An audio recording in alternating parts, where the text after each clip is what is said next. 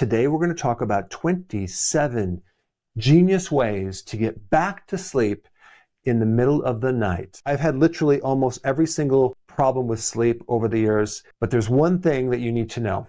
The harder you try to go to sleep, the less sleep you're going to get. Because as soon as you have to go to sleep and you put so much pressure on yourself to get to sleep, you're going to stir up cortisol. And I think for me, that was one big problem because I was like, oh my gosh, I have to get to sleep. And I would stress myself out, raise cortisol, and then I'm like laying there all night. When you approach sleep, you have to do so with a very, very light touch, like you're not really trying. So I'm going to give you a lot of different techniques, starting with number one. If your feet are cold when you are going to bed, you are going to interfere with the thermostat in your hypothalamus.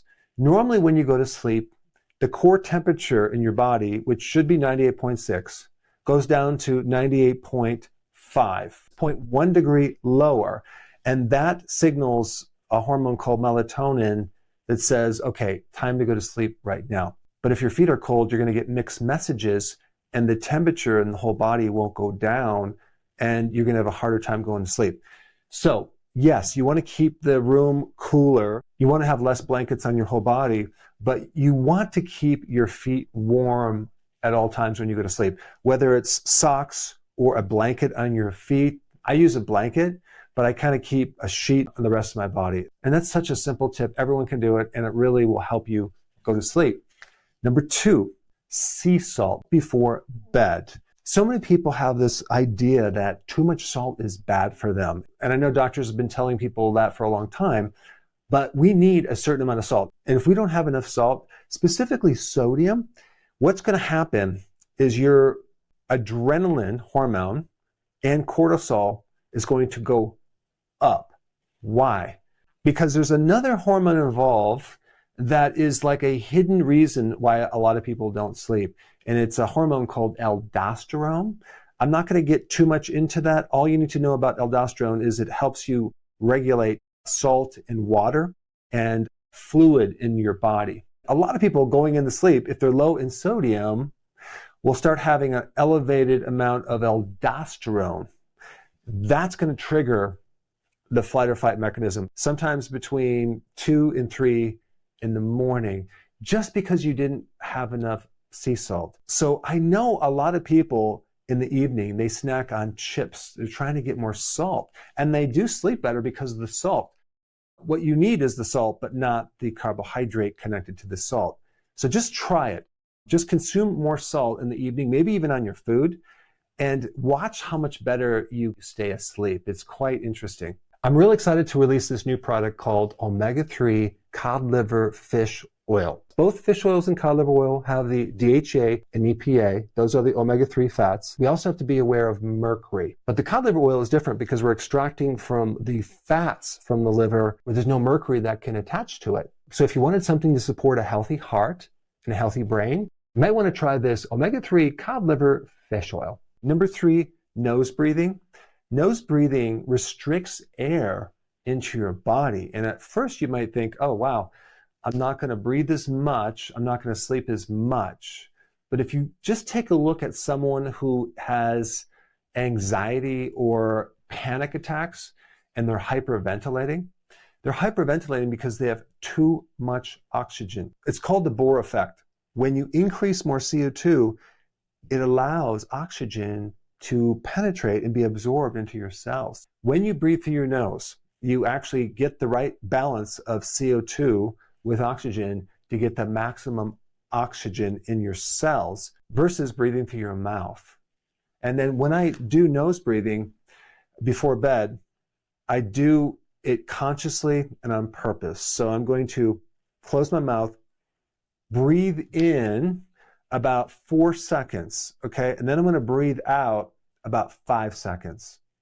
And I'm going to keep doing that, maintaining that pattern. I'll do that maybe several times, and the next thing you know, I'm waking up in the morning. It works so well because when you consciously breathe in a certain way, you're putting control also over your autonomic nervous system, but you're also allowing the oxygen to be maximized deep inside your tissues.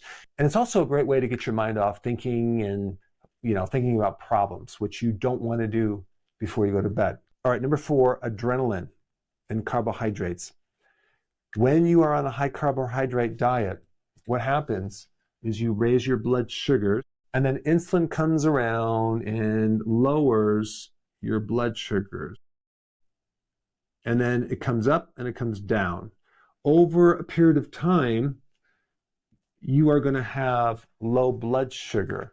And that's just simply because of how the hormones are going to then become more resistant, like insulin, and then you're going to end up with lower blood sugar right around 2 o'clock in the middle of the night.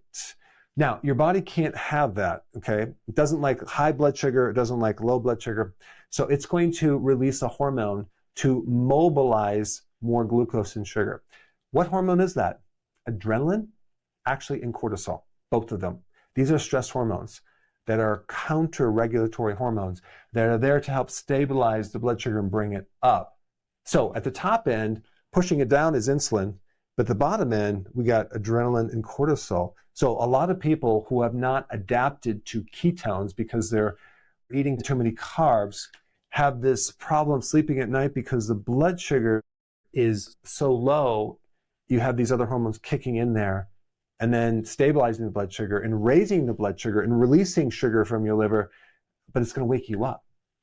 So in other words, you want to go low carb and get adapted to low carb to be able to have this stability through the whole night sleeping and keep the adrenaline low. I had this problem for many years. I had no idea what was causing it. Number 5, body scan. This is another thing that is super easy, super powerful. So you're laying in bed and you start off with your head and you just start scanning your body all the way down, relaxing it, right? I kind of scan for tension. Sometimes I'll find tension in my upper back, sometimes in my chest, sometimes in my abdomen. I'll just consciously let go of those muscles as I start from the top, working my way down through my arms, through my chest, through my midsection, through my pelvis, through my lower back, through my thighs, my knees, my ankles, and my toes. And I'm just consciously letting go of the tension. Super effective, and you should try it. It's quite interesting. That's a simple thing that everyone can do. And what you're going to realize is that there's a couple areas of your body that you hold tension. Sometimes it's in the lower back for me, or my upper back, but I'm constantly holding tension there without even being aware of it until I'm conscious of it, because I kind of scan through my body and then I just let it go. And then I actually can sleep a lot better. Number 6 is eating earlier in the day. If you eat late at night, especially protein, boy, that's going to keep you up, especially if you're stuffed. So ideally, if you're struggling with your sleep, it would be really wise to eat early dinner, like maybe 3 or 4, 4:30, maybe even 5 o'clock. And then don't eat anything after that, okay? You will find that you will sleep better just from that minor change of eating earlier. Number 7, snacking, especially at night, is going to lead to insulin resistance, which is then going to lead to a problem with urinating through the night, where so many people have this problem, and it's such an easy thing to fix. Automatically, men will think that it's their prostate, but in reality, if they just stop snacking, especially at night, what would happen is they would find that they would urinate less through the night. And there's other things that contribute to that, especially with the aldosterone salt thing right there. And you would think if I have more salt, I'm going to have more water, I'm going to pee all night long. Actually, you're going to retain fluid all night long. If you took potassium, for example, before bed, that would not be good because that's going to make you get up and urinate. But more sodium will help you retain the fluid. But the snacking is deadly. That will keep you up at night, urinating through the night, which is going to interfere with your ability to sleep. And on top of that, it increases that insulin problem. So it worsens the adrenaline. So when I talk about going on a low carb diet, I'm also talking about giving up the snacks and doing intermittent fasting. Both of those combined are the two most powerful things that you can do to create health. Number 8 is something you probably already know about. You know, too much stimulants like with coffee, with caffeine or tea or chocolate can keep you awake at night because the liver is supposed to break down this caffeine and these stimulants. But what happens if you're doing caffeine at lunch and after lunch, and your liver might not have broken down all that caffeine, and then at night, you're not tired, okay? I consume a very small cup of coffee early in the morning, and then that's it, okay? So I don't have any more coffee, and I keep it small because I used to consume pots of coffee all day long until late at night when I used to study in college, you know, at 12 o'clock midnight, and I was just filled with too much caffeine. So you just want to cut out those stimulants. All right, number 9, when you watch TV in the evening, if you do, really be selective of what movies you watch. Because if the movie is too interesting or involves action or fear or adventure, that's not good before bed.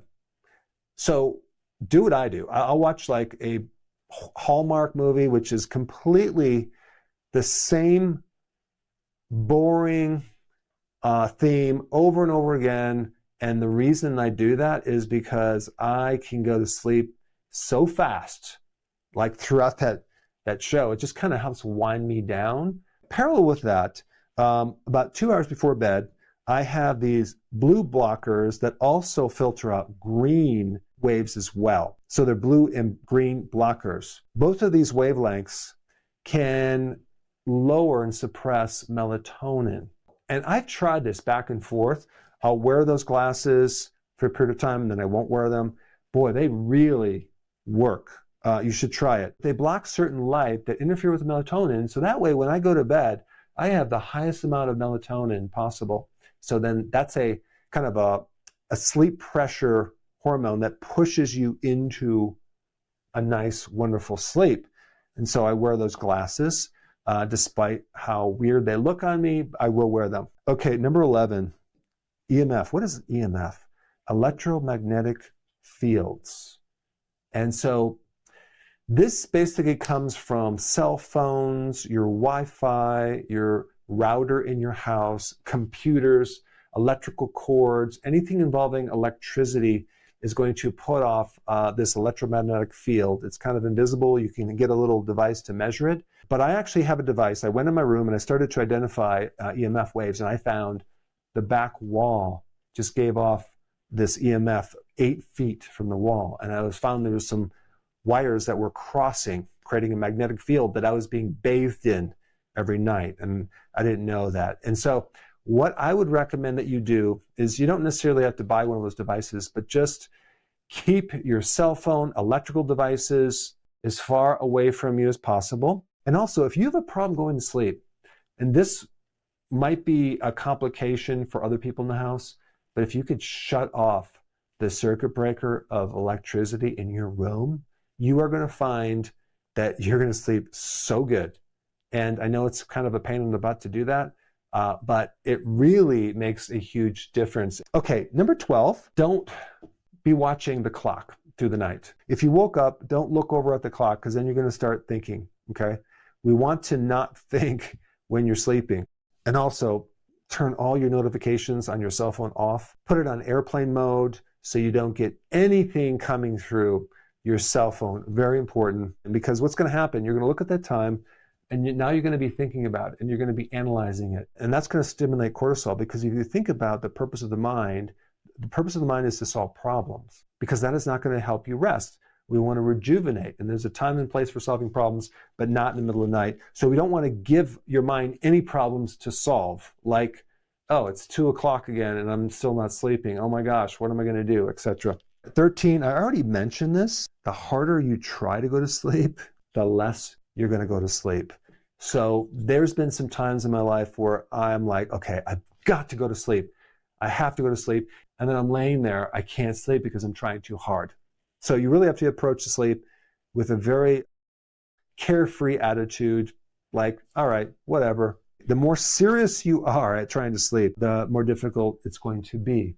Number 14 is consistency. I would go to bed at the same time every night. A good time for people to go to sleep is between 9:30 and 10:30.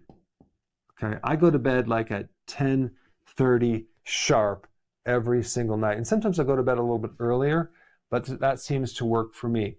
And we will talk about a little more about this a little bit later on, but consistency is very important. But realize this, if you're getting up 1 hour before the alarm clock and you're laying there, but you're not fully getting into a sleep, but you're resting, that is still valuable. That still counts for a certain amount of rest and rejuvenation. So even though you didn't get into a sleep, that rest can help you to a certain degree. So it's not a complete loss. Number 15, ashwagandha. In the circadian wave of cortisol, it should be, in theory, at the lowest point at 2 o'clock in the morning. So if it's not, then we know we have a problem with cortisol. If you have a problem at 2 o'clock in the middle of the night and you want to take a remedy to handle that, you would take that in the evening before bed. Number 16 is your pulse rate. If your pulse rate is too high, that's going to keep you from going to sleep. I mean, try to sleep when you just exercise. It's not going to work. So what controls the pulse rate? The autonomic nervous system. And there's a couple of things that can mess that up. One is if you're deficient in vitamin B1 because you're eating too many carbohydrates, especially refined carbohydrates or sugar. In my case, that was me because I would always have about a pint of Ben & Jerry's ice cream before bed. And that was just completely messing up my B1. And my potassium. If you're low on potassium, your pulse rate will go up. And just so happens that when you eat refined sugar and carbs, you lose potassium and B1. So taking the potassium during the day and B1 can actually help regulate your pulse rate. As an immediate thing, controlling your breathing can also bring down the pulse rate as well. Just breathing in slow and breathing out a little bit slower. I just want to mention pulse rate. There's one more thing about pulse rate. If you ever heard about kombucha tea, it's an acid or apple cider vinegar, and you consume too much of that and you become too acid, your pulse rate will also go up from that as well. That's just a side note. That happened with me as well. 17 is brain chatter. I used to have a lot of that. Thinking, solving problems all the time. I can't turn it off. That is a classic B1 deficiency, okay? Usually because you're eating too much carbohydrate. When you eat a lot of carbohydrate, you start generating more lactic acid, which then will increase the pulse rate, and your brain is too excitatory. It's just like it's going too fast, okay? Because you have too much glutamate. We need to increase the GABA, and by taking B1 before bed, you can do that. But just to go through all the symptoms of a B1 deficiency: nervous tension, anxiety, trying to get oxygen, low tolerance for stress, hypersensitive to all of these things neurologically. So B1 is so important in sleeping and also keeping your brain quiet. Just as a side note, B1 can't work without magnesium. So we want to add the magnesium in with the B1. And this is why I added number 20, which I'm going to get more into that. But magnesium glycinate, hands down, is the best magnesium to take for sleep because it has not just magnesium, but also glycinate, which is glycine, which increases GABA, and also glycine down here, 2 grams of glycine will drop your temperature down to help you increase melatonin. So this is why glycine is good for sleep for various reasons. And you can get the glycine too from the magnesium glycinate, which you absorb like 80% of it. So I take it as a powder in the evening. It's just awesome for sleep. Okay, acupressure. I have a series of videos that cover certain parts of your body that tend to hold more stress than other parts, because it's so important to know that, to be able to extract stress from your body. I have a whole technique that works great. I've done it in practice for many years. I'll put the link down below of that video so you can watch it later, but it's super effective. Number 19 is a fascial stretch. If you sit behind a desk all day long or behind a computer, like I spend a lot of time, your posture, your body is going to go into this certain tension mode, and you're going to try to go to sleep after all day on a computer, you need to stretch and stretch the fascia, which is like all the outer covering connective tissue in the entire body. And it's a certain type of stretch that involves multiple joints at one time, because doing that will really take the stress out. Okay, I want to come back to this 20 magnesium cycle. You're going to have the lowest amount of magnesium in the early morning, which is interesting because it correlates to a lot of problems, health problems that occur in the early morning. Out of all the time periods during a 24-hour day, I'm going to list some conditions that have the highest incident of happening at that particular time. Heart attack, early morning, stroke, headaches, the dawn phenomena that occurs in the early morning, which is a high blood glucose because the liver's making too much sugar because you're either pre-diabetic or you have insulin issues. And then also arthritis involving soft tissue calcification happens more in the morning as well. People are just stiffer in the morning. Every single one of those conditions is related to low magnesium. 21 is high intensity interval training that increases growth hormone. Growth hormone helps you sleep, and then offset that with long walks and hikes in nature to reduce cortisol and get lots of oxygen, and also to use up some of the buildup of energy that has built up in your body. So if you were an athlete at one time and then you don't use up that energy, you may have problems sleeping. So this is why regular, consistent exercise is super important. 22, eye mask at night. I wear these little, not goggles, but there's a little mask on my eyes to keep everything dark. And then I also have earplugs to lessen the sound. And this brings up another point with number 24, sleeping alone. I will say this is very difficult for a lot of people because they are in relationships and their dog sleeps with them. And if they have a couple dogs, oh my gosh, it's like a party all night long. And I've dealt with this for many years with people coming in with insomnia. It's not them, it's the other people that are snoring or making noise. You just have to make the decision. Sometimes it's important to get a good night rest. And if you can avoid all this extra noise and sound, it might be worth it. But I will tell you, when I come to bed at night, my wife has a dog, and the dog sleeps in the bed. My wife goes to bed before I do. So I come back in the room, and I'm going to lie down, and the dog Charlie's right in my space, and when I try to move him over, he's growling at me. So I have to go through the growling, and I have to kind of gingerly kind of move him over, and then he's kind of too close to me. So I found a way to get Charlie off the bed. And so I'll take the blanket and I'll just cover him up. And then I'll just take the sheet, put it over me. And within about 10 minutes, he gets uncomfortable and gets off the bed and he sleeps on the ground. But animals can actually really keep you up, especially if they snore. Okay, I want to mention number 25, L. reuteri is a type of microbe that you can turn into a cultured yogurt type substance.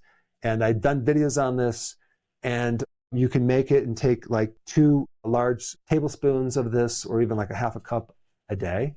And wow, will it help you sleep? And it lowers cortisol. So it's one of the best remedies for your gut that will help reduce stress. I've already mentioned the 2 grams of glycine that can lower your temperature.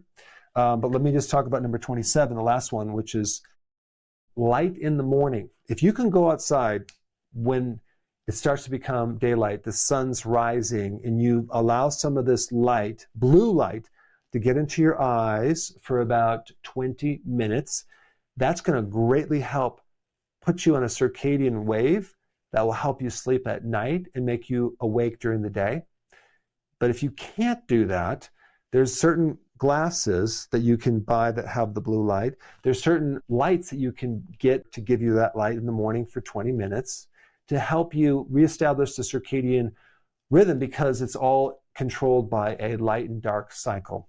Now, I've given you a lot of tips, but there's one area right here, number 18, acupressure, that I think everyone needs to thoroughly learn these pressure points, because I do them every single night. It's like a lifesaver if you're stressed and you need to go to sleep fast.